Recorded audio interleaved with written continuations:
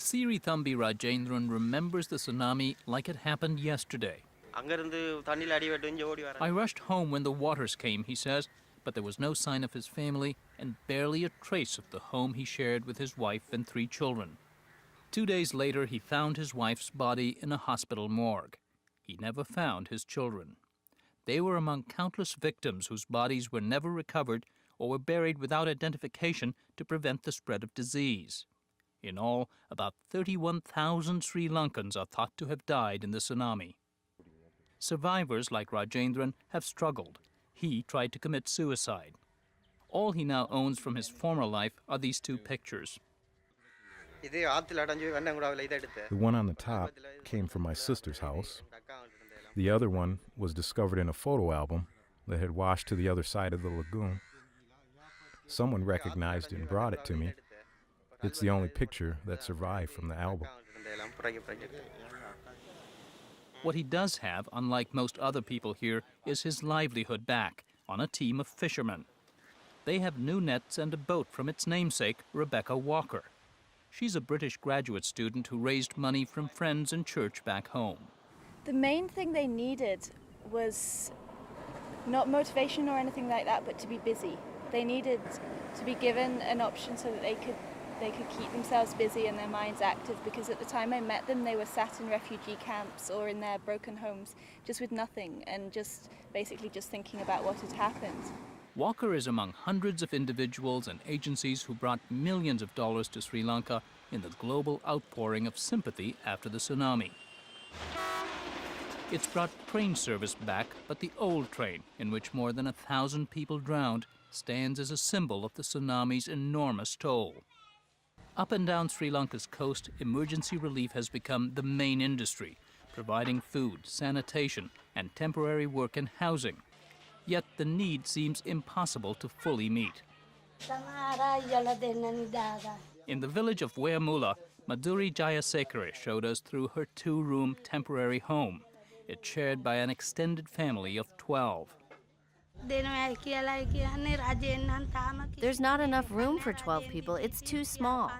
The government promised us a permanent home 3 months ago, and we haven't gotten anything. Still, they are luckier than many neighbors who must make do with tents. The tents are very hot. In the rainy season, the water comes right in.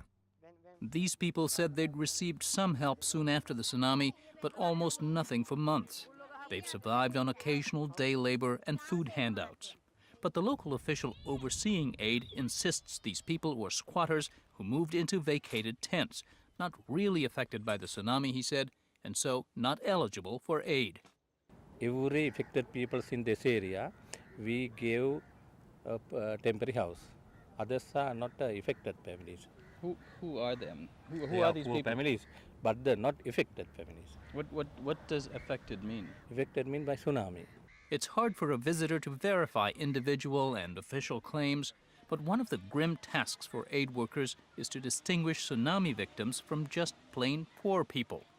Victims of 20 years of bitter civil war between the Tamil-speaking Hindu minority and the Sinhala-speaking Buddhist majority, a war that has drained Sri Lanka's economy.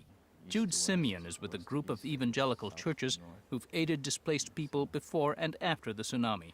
There's enormous support came towards tsunami victims, but there is 800,000 refugees living in refugee camps, and they're displaced in various places. We have a fear that we are going to create a social imbalance in terms of the tsunami victims and the war-affected people. Father Benjamin Miller, an American missionary, has lived in Sri Lanka's mostly Tamil northeast since 1948. Almost every group sees the things they don't have, and they know someone else who has what they would like to have, and they consider that they're being exploited or denied. And that runs all the way down the coast, wherever the tsunami hit. The rebel Liberation Tamil Tigers, a group that became known for suicide bombings in the 1980s, controls much of the Northeast. Their war to turn it into a separate nation cost thousands of young lives before an internationally brokered ceasefire 2 years ago. The Tigers, also called the LTTE, have insisted that they, not the Sinhala-dominated government, supervise all the aid efforts here. Father Miller says that could doom those efforts. Quite a number of the governments who are giving money have been very specific about we will not put any money into the aid of the LTT, in the hands of the LTT, because we have already declared them a terrorist group. Some $3 billion has been pledged but not yet delivered by various governments, and the wrangling over a share of it has raised tensions again and threatened Sri Lanka's ceasefire.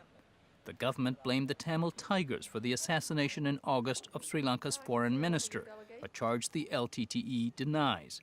But there are almost daily reports of political murders and of abductions of children to serve as soldiers, a trademark LTTE tactic.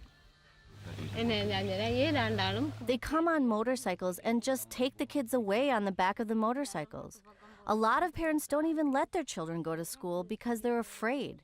One 16-year-old boy was taken from here just yesterday.